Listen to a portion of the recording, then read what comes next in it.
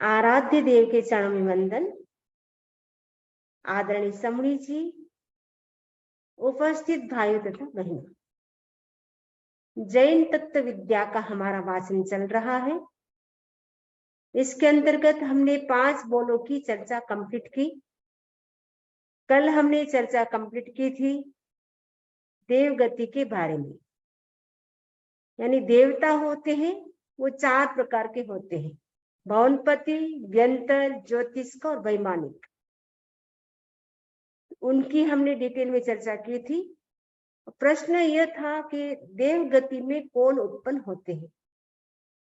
तो ठाणक सूत्र में भगवान महर्षि बताते हैं कि 4 कारणों से जीव देवगति में उत्पन्न हो सकता है। नंबर 1, श्रावक के 12 व्रतों का पालन करने से जीव देवगति में उत्पन्न हो सकता है। नंबर 2, साधु के जो 5 महाव्रत हैं उनका पालन करने से जीव देवगति में उत्पन्न हो सकता है। नंबर 3, अकाम निर्जरा।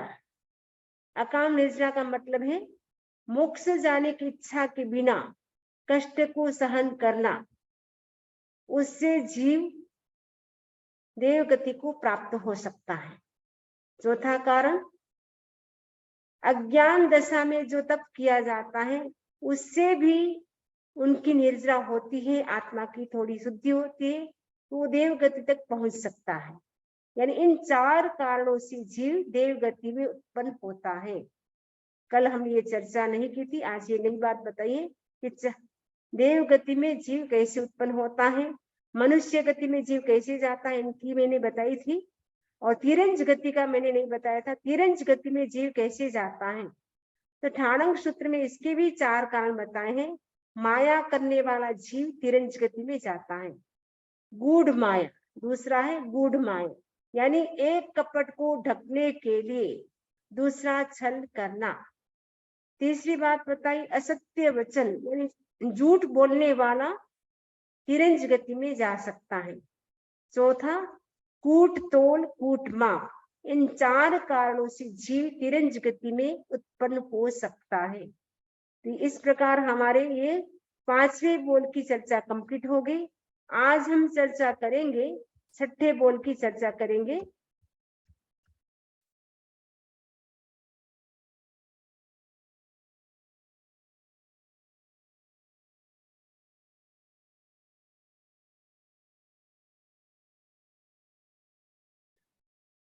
तो 6ठे बोल जिसमें इंद्रियों के जो इंद्रियां होती हैं किस जीव में कितनी होती है उसकी चर्चा की गई है। यानी जीवों के 5 प्रकार के बारे में चर्चा की गई है। जीव 5 प्रकार के होते हैं, 1 इंद्रिय, 2 इंद्रिय, 3 इंद्रिय, 4 इंद्रिय, 5 इंद्रिय। तो जो 1 इंद्रिय जीव वो कौन से होते हैं, जिनको मात्र एक स्पर्श इंद्रिय होती है, यानी टच होता है, वे 1 इंद्रिय जीव होते हैं। और पृथ्वी काय, अप काय, तेजस काय, वायु काय और वनस्पति काय, ये 5 प्रकार के जीव 1 इंद्रिय होते हैं। यानी उनकी ओनली एक सेंस होती है, टच। इसके माध्यम से वो सारा अपना काम चलाते हैं, दूसरी उनके पास कोई इंद्रिय नहीं होती है। 2 इंद्रिय वाले जीव स्पर्शन और रसन, यानी जिसके पास टच और रसन यानी टेस्ट करने की शक्ति जागृत हो जाती है, वो 2 इंद्रिय वाले जीव होते हैं। यानी 2 इंद्रियों से ही वो सारा काम चलाते हैं। तो 2 इंद्रिय वाले जीव कौन से होते हैं, लट, सीप, संग, कृमि, अलस्या आदि 2 इंद्रिय वाले जीव होते हैं। त्रिंद्रिय, त्रिंद्रिय का मतलब है जिनके पास 3 इंद्रिय होती हैं, स्पर्श, रसन और घ्राण, यानी सूंघने की क्षमता जिनमें जागृत हो जाती है, वे 3 इंद्रिय वाले जीव कहलाते हैं। तो चींटी, मकोड़ा, जू, लीक, इली आदि जो भी जीव हैं वो 3 इंद्रिय वाले हैं। चतुरिंद्रिय जीव स्पर्शन, रसन, घ्राण और चक्षु, इनके पास आंखें आ जाती है, 3 इंद्रिय तो ऊपर वाली है, और प्लस चक्षु यानी आंखें देख सकते हैं। जैसे मक्खी, मच्छर, भंवरा, टिड्डी, बिच्छू, ये सब के सब जीव 4 इंद्रिय वाले हैं। इनके पास 4 इंद्रिय होती हैं। और पंचेंद्रिय जीव कौन से हैं? जिनके पास 5 इंद्रिय परिपूर्ण, यानी उनको कान भी मिल जाता है। मक्खी, मच्छर को आंखें मिलती हैं। 4 इंद्रिय वाले जीवों के पास आंख होती है, स्पर्शन, रसन, घ्राण, चक्षु, ये 4 इंद्रिय होती है। लेकिन पंचेंद्रिय जो प्राणी होते हैं उनको एक इंद्रिय ऐड हो जाती है, श्रोत्र, यानी सुनने की क्षमता 5 इंद्रिय वाले प्राणियों में आ जाती है। तो संसार में एकेंद्रिय से लेकर के पंचेंद्रिय तक के 5 प्रकार के जीव होते हैं। ये जो एकेंद्रिय जीव हैं उनकी आयु कितनी होती है? एकेंद्रिय जीवों की हाईएस्ट आयु मिनिमम अंतर्मुहूर्त मैक्सिमम 22,000 यानी 22,000 वर्ष की होती है। और जो 2 इंद्रिय वाले जीव हैं उनकी हाईएस्ट 12 वर्ष होती है, यानी 12 वर्ष तक वो जी सकते हैं। त्रिंद्रिय यानी 3 इंद्रिय जिसके पास है उनकी आयु 49 डेज होती है। और चतुरिंद्रिय वाले जीव है उनकी आयु 6 मंथ यानी 6 महीने की होती है। और जो पंचेंद्रिय जीव हैं, जो नारकी और देवता होते हैं, उनकी मिनिमम 10,000 और मैक्सिमम 33 साग्रोपम होती है। जो मनुष्य होते हैं उनकी जो अकर्म भूमि के मनुष्य हैं, पहले आर्य के मनुष्य, उनकी मैक्सिमम 3 पल्योपम की होती है। और ये जो एकेंद्रिय जीव हैं इनमें कहा जाता है कितनी बार कौन जीव मरता है। तो एकेंद्रिय वाले जो जीव हैं, पृथ्वी काय, अप काय, अग्नि काय और वायु काय, ये 4 प्रकार के जीव हैं। वो अंतर मुहूर्त में कितनी बार जन्म मरण करते हैं। तो भगवान महावीर कहते हैं कि अंतर मुहूर्त में वे जीव 12,824 बार जन्म मरण करते हैं। कौन?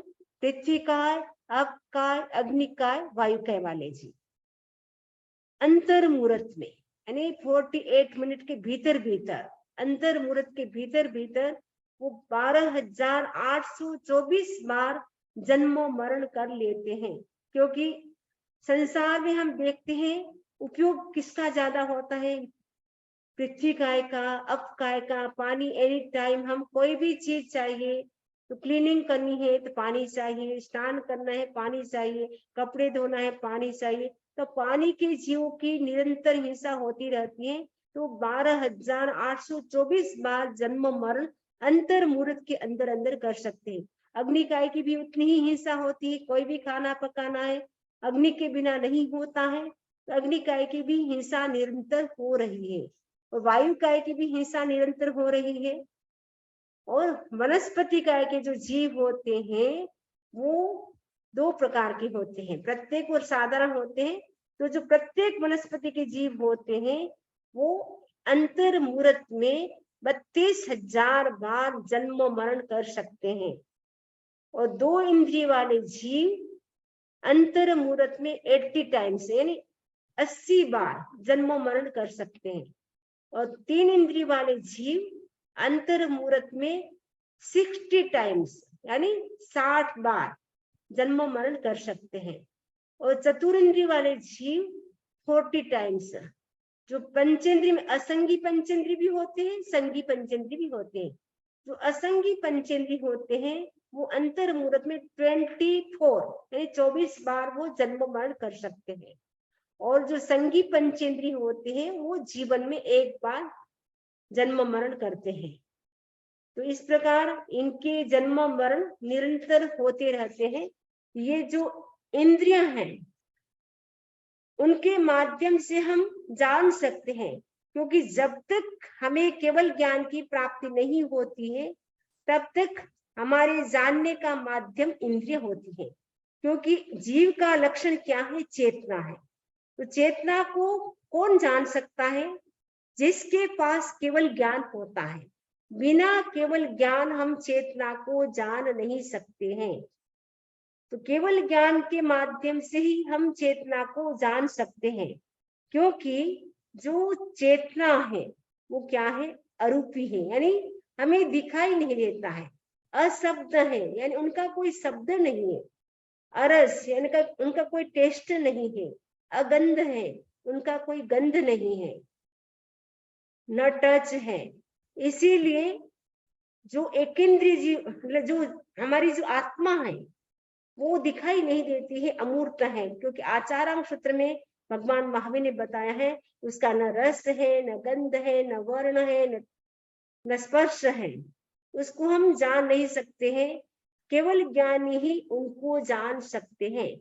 जब तक केवल ज्ञान की प्राप्ति नहीं होती है, हमें कैसे पता चले कि ये जीव है या नहीं है? तो इंद्रियों के माध्यम से उनका हमें ज्ञान होता है। इंद्रियों के माध्यम से हमें पता चलता है इसमें एक इंद्री है, ये पृथ्वी का आदि जीव है। इनमें 2 इंद्री है, तो ये लट आदि जीव है। इनमें 3 इंद्री है, तो चींटी मकोड़े है।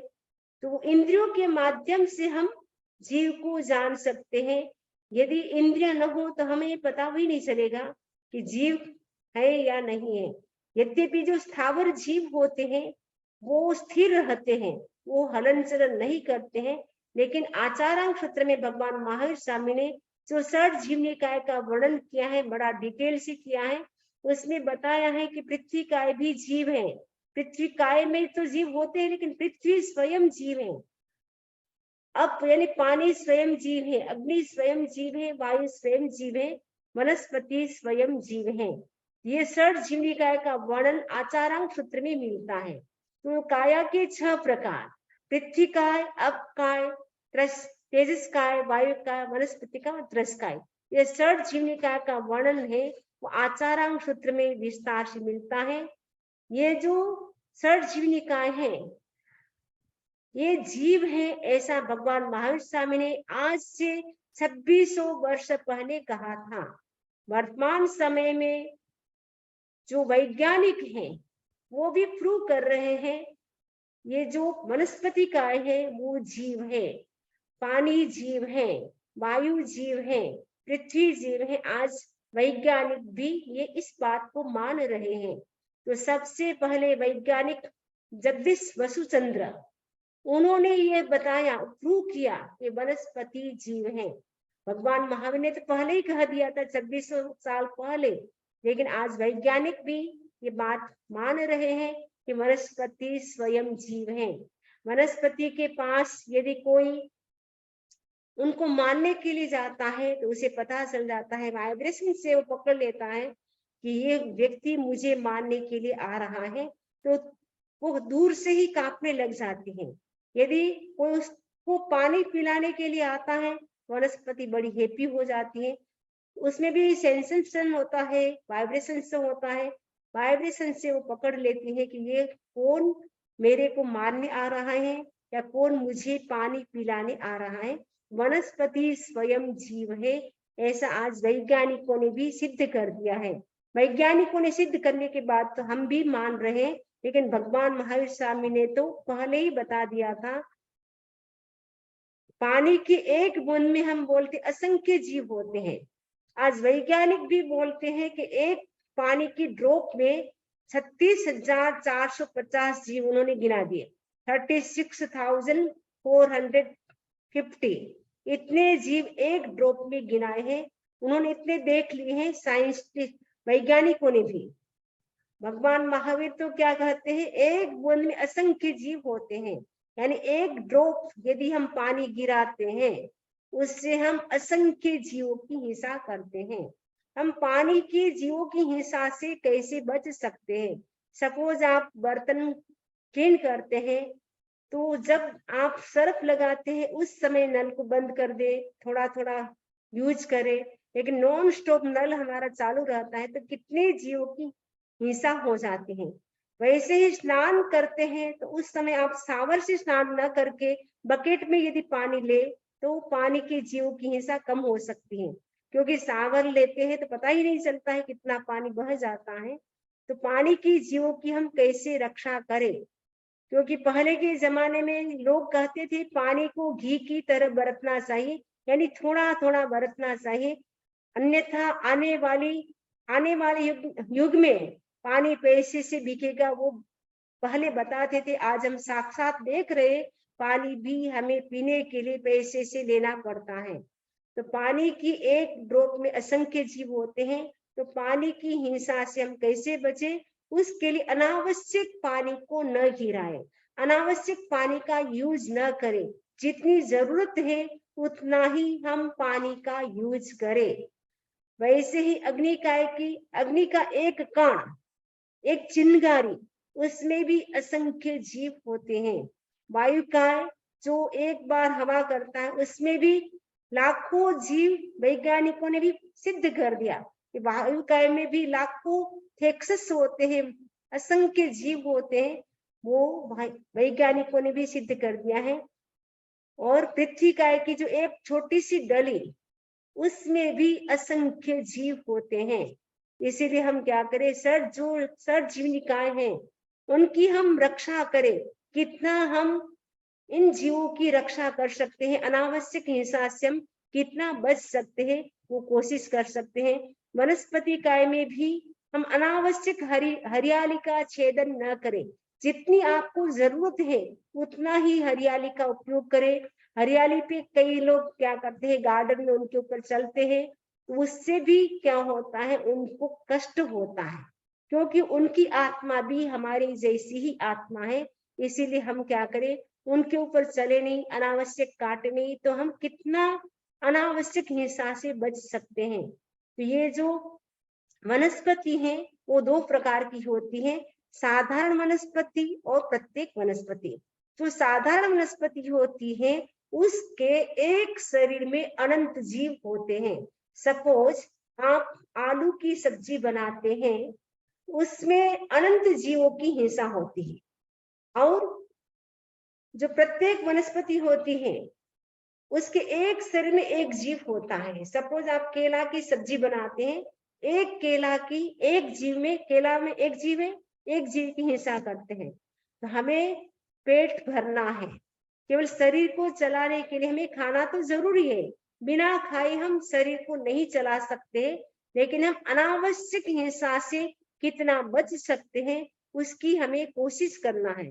क्योंकि पाप करते समय पता नहीं चलता है, लेकिन उसका जब रिजल्ट मिलता है तब हमें भोगना बड़ा कठिन होता है। फिर सोचते अरे ये कैसे हो गया, वो हमने पाप किए थे उसका उदय आता है। तो हम अनावश्यक हिंसा से बचे कि हम कम से कम जमीकंद का उपयोग नहीं करेंगे, क्योंकि हमें एक बार खाने में टेस्ट लगता है, लेकिन उससे कितने कितने जीवों की हम हिंसा करते हैं। तो साधारण वनस्पति कहाँ हो सके तो उसका त्याग कर दे, अगर पूरा नहीं कर सकते हैं तो कम से कम अष्टमी, चतुर्दशी, अमावस्या, पूर्णिमा, पर्युषण के जो दिन होते उनमें तो हम जमीकंद नहीं खाएंगे, उतना तो संकल्प कर ही सकते हैं।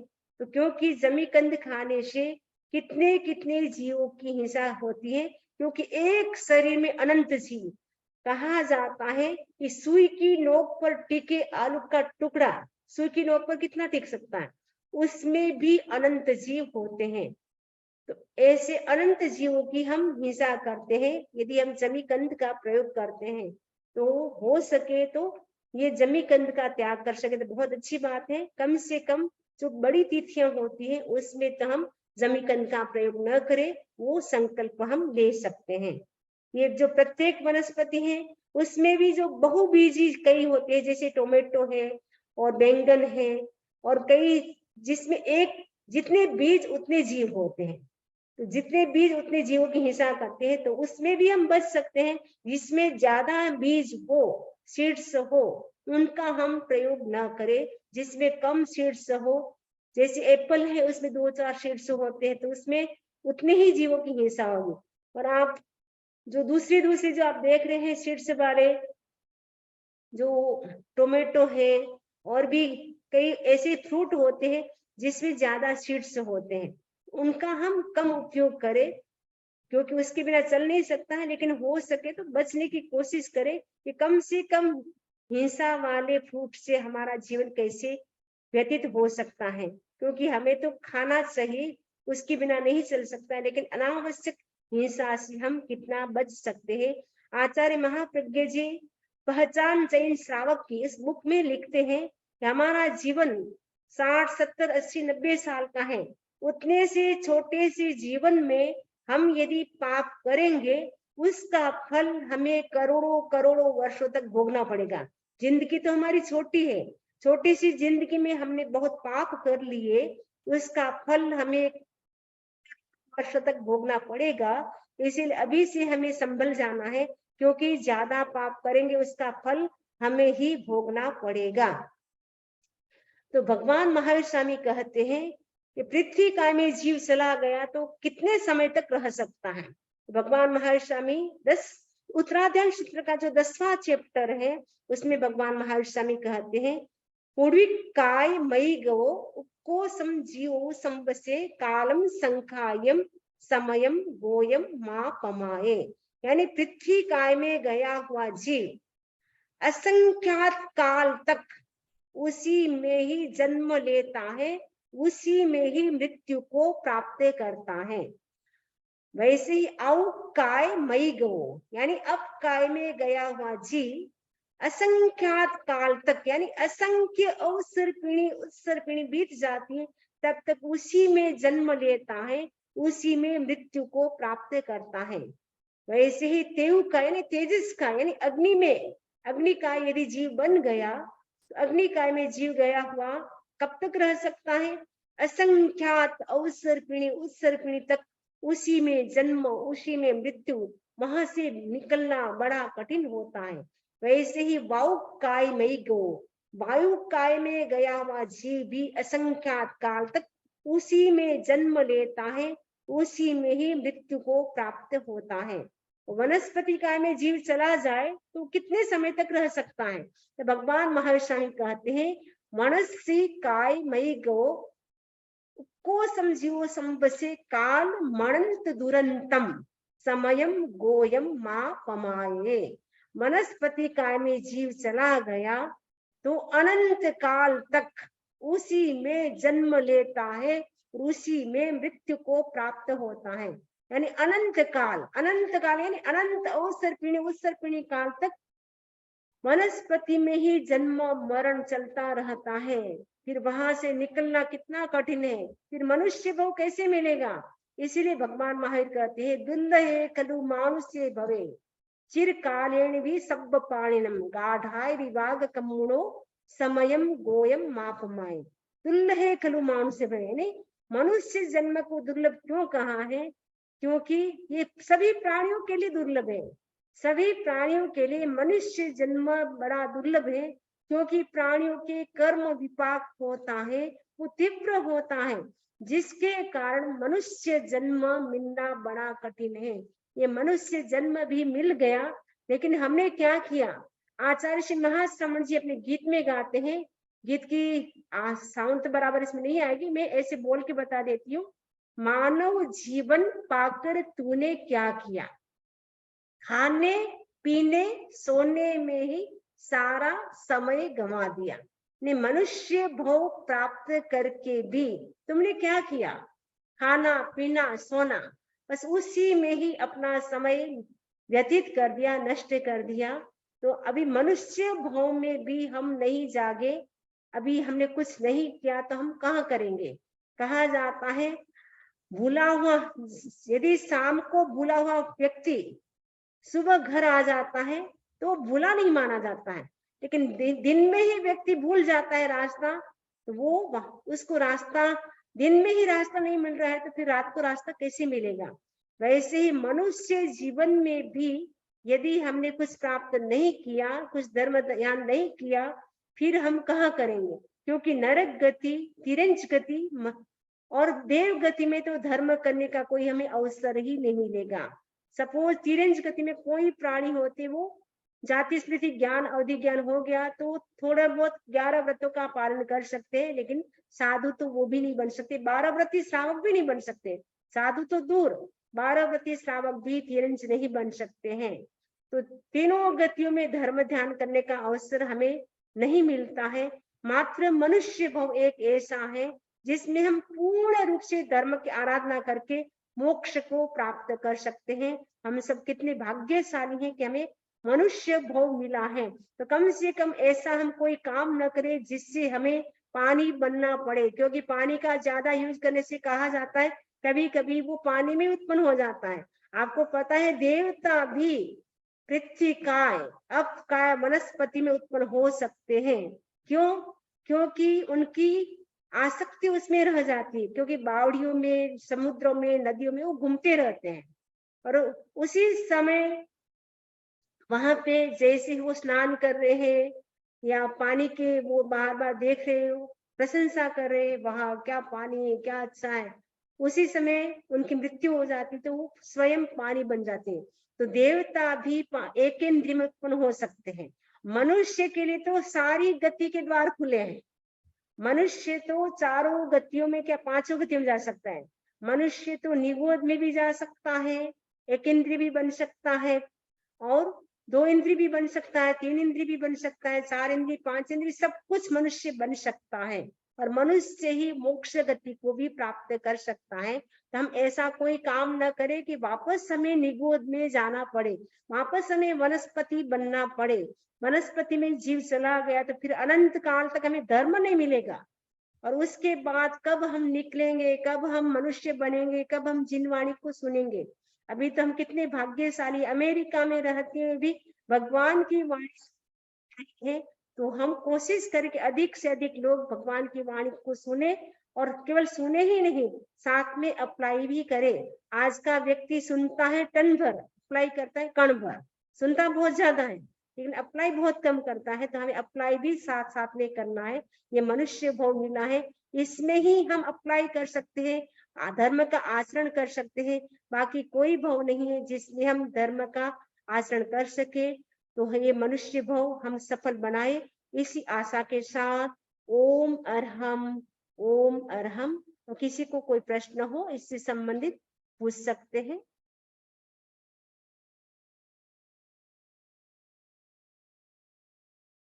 Anybody has a question, please raise hand.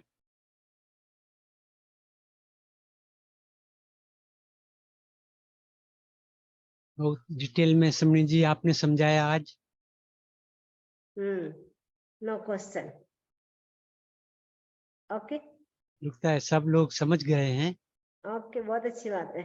सब भव्य आत्मा है। Next meditation. ओके, भव्य आत्मा जल्दी समझ जाती है। एक क्वेश्चन है, होल्ड ऑन समणी जी। ओके, हाँ बोलिए। सुनीता। वंदामी नमन स्वामी समणी जी, सुख साता में है। हाँ, वंदामी, आपने बताया पानी में एक बूंद पानी में कितने जीव होते हैं? भगवान महर्षि स्वामी बोलते हैं एक जीव में, एक पानी की ड्रॉप में असंख्य जीव होते हैं। लेकिन आज वैज्ञानिकों ने भी एक ड्रॉप में 36,450 जीव गिना दिए। 36,450 इतने जीवों को गिना दिए एक ड्रॉप में। वंदामी, इसलिए पानी की कम से कम हम अनावश्यक हिंसा ना करें। स्नान भी करना है तो थोड़े पानी से भी हम कर सकते हैं। सपोज मंजन भी करना है तो थोड़े पानी से कर सकते हैं। कपड़े भी धोना है तो थोड़े पानी से हम कर सकते हैं। कोशिश करना है कि कितना हम पानी के जीव की रक्षा कर सकते हैं। नेक्स्ट अनप्लस।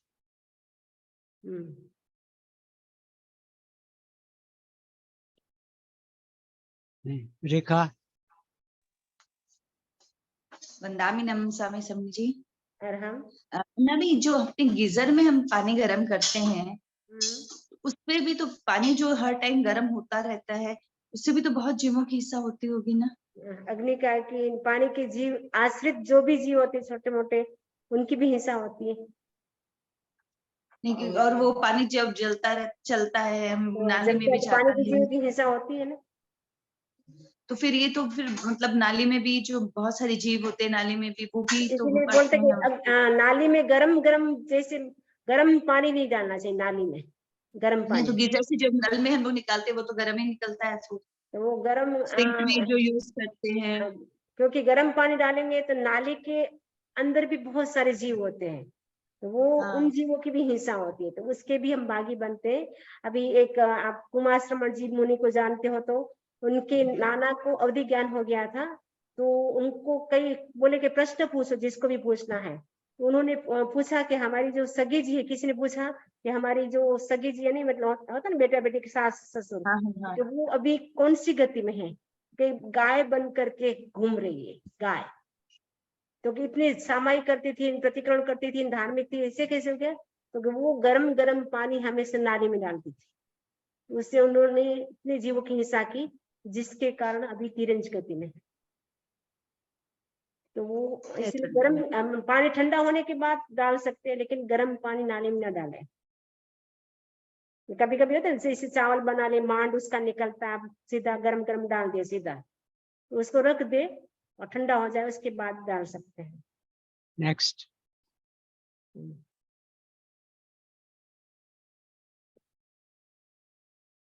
ओके वंदना। ओके।